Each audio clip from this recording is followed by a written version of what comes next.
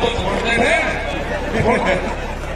आदरणीय अध्यक्ष जी, सम्मानित मंच, किसान क्रांति के सरदारों, नौजवान साथियों, मेरी माताएं, बहनें, बच्चों, पुलिस प्रशासन के लोग, पत्रकार बंधु, मुद्दा इस गांव में, क्योंकि कई लोग गए इस क्षेत्र से और सबसे पहले इस क्षेत्र से जो ट्रैक्टर गए होंगे उन किसानों का फोन आया।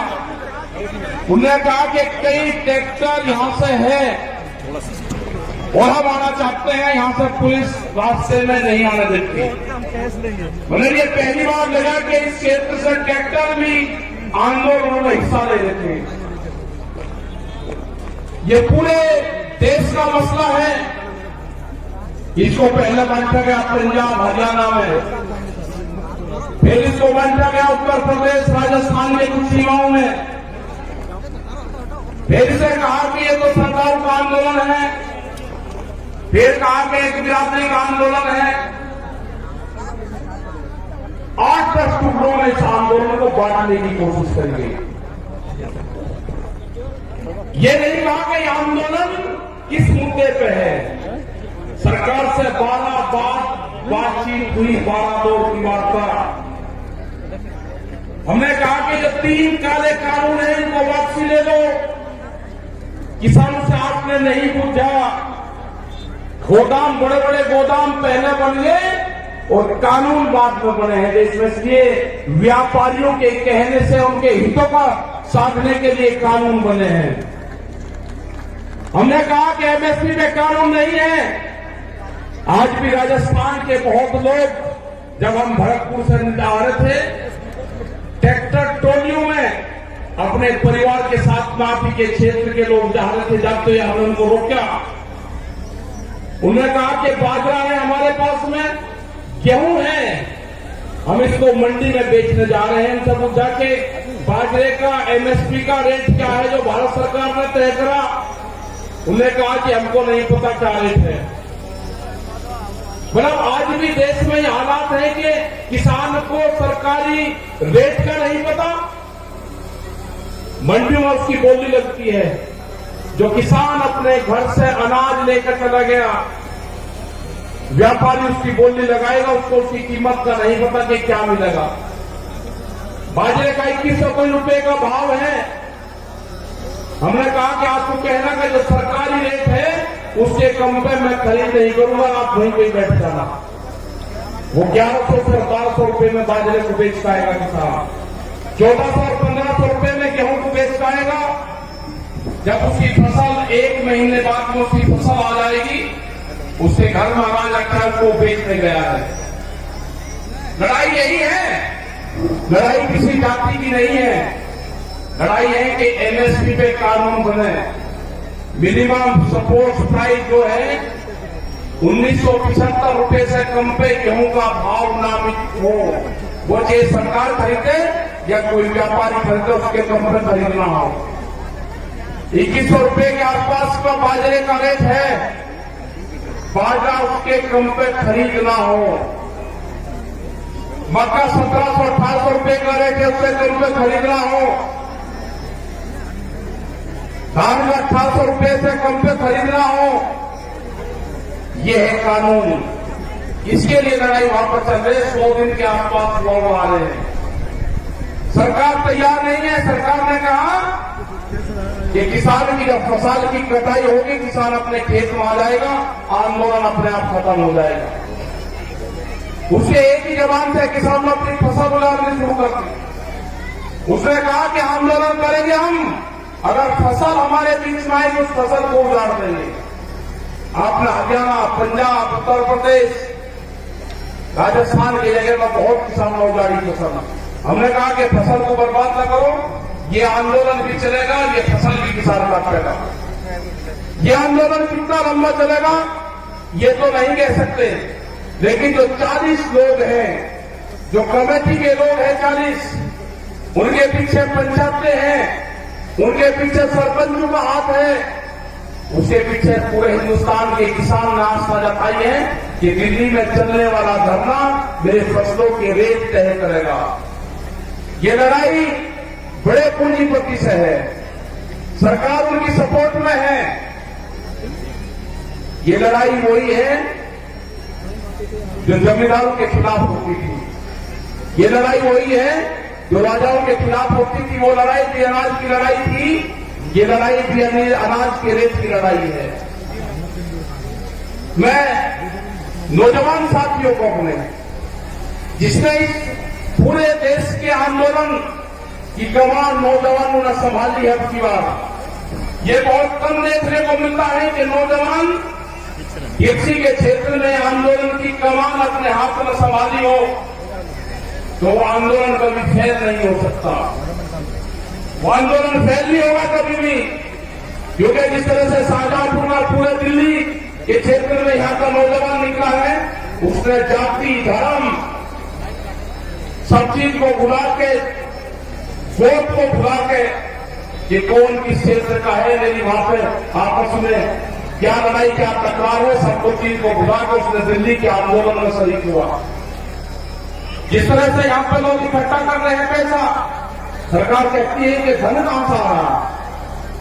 इस आंदोलन को गांव का किसान चलाता है, इस आंदोलन को हल चलाने वाला किसान चलाएगा, इस आंदोलन को क्रांति से काम करने वाली हमारी महिलाएं चलाएगी, इस आंदोलन को हाजी और पाजी चलाएगा। यह आंदोलन क्रांति का आंदोलन है, यह आंदोलन फेल नहीं होगा।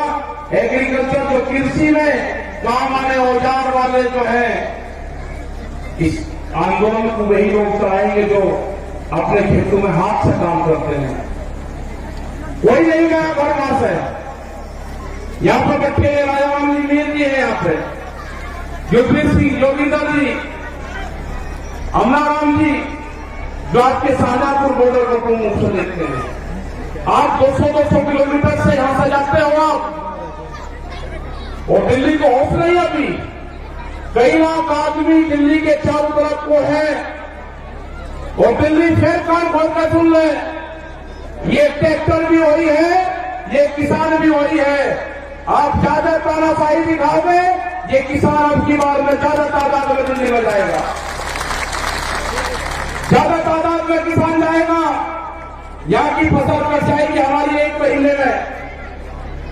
ये कह रहे कि किसान ट्रैक्टर से नहीं आएगा दिल्ली, ये किसान दिल्ली ट्रैक्टर से ही आएगा। जब इसको दिल्ली कोच करेंगे, ये किसान अपना ताम झाम लेकर आएगा। हर क्रांति होगी देश में, खेत में चलने वाला हर औजार वो साथ लेकर आएगा। जब जब भी बड़ी बड़ी लड़ाइयां हुई, उसमें साथ लेकर चला है। वो जानते हैं ये कौन सा क्षेत्र है, ये बेहद क्रांतिकारियों का क्षेत्र राजस्थान। बड़ी बड़ी लड़ाइयां यहां पर लड़ी गई, ये किसान पीछे नहीं हटेगा। जो मेरा नौजवान साथी है वो पीछे नहीं हटेगा। अपने खेत की मिट्टी को जब दिवाली होली अब आएगी, दुल्हनी आएगी, रंग नहीं लगाना आपकी बार। अपने गांव की खेत की मिट्टी अपने शरीर पे लगा देना, उससे अपने शरीर को टच करवा लेना अपने खेत की मिट्टी से। जब आप दिल्ली लड़ने जाओगे अब की बार, अपने खेत की मिट्टी अपने साथ लेके जाना। हो सकता है कि वहां से आपका गांव आपके याद आए। जब मिट्टी आपके साथ में रहेगी तो गांव याद नहीं आएगा आपके। अपने खेत की मिट्टी अपने पूजा स्थान में रखो। अगर ये आंदोलन में किसान फेल हुआ तो 20 साल में आपकी जमीनें नहीं बचेगी, इतना कर्जा किसानों के ऊपर आ जाएगा। सब लुटेरे आगे हैं, इन लुटेरों का मुकाबला होगा जेली और सांगों से, जो खेत में भूख हटाने के काम आते हैं। ये लुटेरे हैं, देश को लूटने आए हैं, इनका मुकाबला होगा, इनसे लड़ना पड़ेगा। पूरा दिल्ली को चारों तरफ से किसानों ने घेर रखा है। लड़ाई कितनी लंबी चलेगी ये तो नहीं कह सकते, लेकिन लड़ाई चलेगी, किसान जीतेगा। किसान हार कर दिल्ली से नहीं आएगा वापसी। सरकार कान खोल कर सुनना, दिल्ली की सरकार न किसान पे कायम आएगा, न किसान वापसी आएगा। जब तक एमएसपी पे कानून नहीं बनेगा, 3 दिन वापसी नहीं होंगे, और भी बहुत से भी लेकर आ रहे हैं। जब तक किसान वापसी नहीं होगा, जो मेरे बुजुर्ग हैं उनका जिस तरह से साथ मिल रहा है आंदोलन में, उन्हें जिस तरह से नौजवान साथियों का आके आप चलो आंदोलनों में, हमारे अध्यक्ष यहां पर बैठते हैं, 90 साल से ज्यादा उम्र इनकी है, कह रहे कि आंदोलन लड़ाई लड़ो, आंदोलन करो, दिल्ली चलो। तो यही सारे नौजवानों का, सारे युवाओं का, सारी महिलाओं का यही कहना है कि दिल्ली से वापसी नहीं आना। ये लड़ाई किसी जाति बिरादरी की नहीं है, ये लड़ाई किसान के अस्तित्व की है। इस लड़ाई को हमको लड़ना पड़ेगा, बहुत मजबूती के साथ लड़ना पड़ेगा। जाति, धर्म, गो, खास ये सब छोड़कर ये लड़ाई किसान और मजदूर की लड़ाई है। गरीब का अनाज तिजोरी में बंद ना हो, देश में भूख पे व्यापार ना हो, बड़े बड़े गोदाम बनेंगे, बड़े बड़े ताले लगेंगे, गरीब आदमी को रोटी नसीब नहीं होगी, कीमतें अनाज की उतनी बढ़ेगी। ये लड़ाई है रोटी तिजोरी में बंद ना हो, ये लड़ाई है व्यापारी के चुंगल में अनाज न जाए, ये लड़ाई है किसान को फसलों के दाम मिले। ये लड़ाई जारी रहेगी, आंदोलन हमारे जारी रहेंगे और हम पूरे देश भर में जाएंगे। पूरे देश भर में 24 मार्च तक के प्रोग्राम हमारे लगे हुए हैं अभी। उसके बाद आगे के प्रोग्राम लगेंगे, कह रहे वेस्ट बंगाल में कैलेंडर जाएंगे, आसाम में जाएंगे, वेस्ट बंगाल में जाएंगे, कर्नाटक और तमिलनाडु और महाराष्ट्र में भी जाएंगे। पूरे देश में किसान जाएगा, 40 लोगों की जत्थेबंदी है वो जाएगी। और जब तक भारत सरकार कानूनों को वापसी नहीं लेगी, जब तक एमएसपी पे मिनिमम सपोर्ट प्राइस पे कानून नहीं बनेगा, ये किसान दिल्ली को नहीं छोड़ेंगे। आपने इतनी बड़ी संख्या में यहाँ पे आए, आपका बहुत बहुत धन्यवाद। यहाँ पे जो ये मैदान है, जो कुश्ती मैदान है, भैरव बाबा का मैदान यहाँ पे है, उनको नमन करते हैं। इस पूरे क्षेत्र को, जो पहाड़ी क्षेत्र में यहाँ पर प्रोग्राम लाए के 81 गांव में जो प्रोग्राम किया, आपका धन्यवाद। जय हिंद, जय भारत, जय राजस्थान।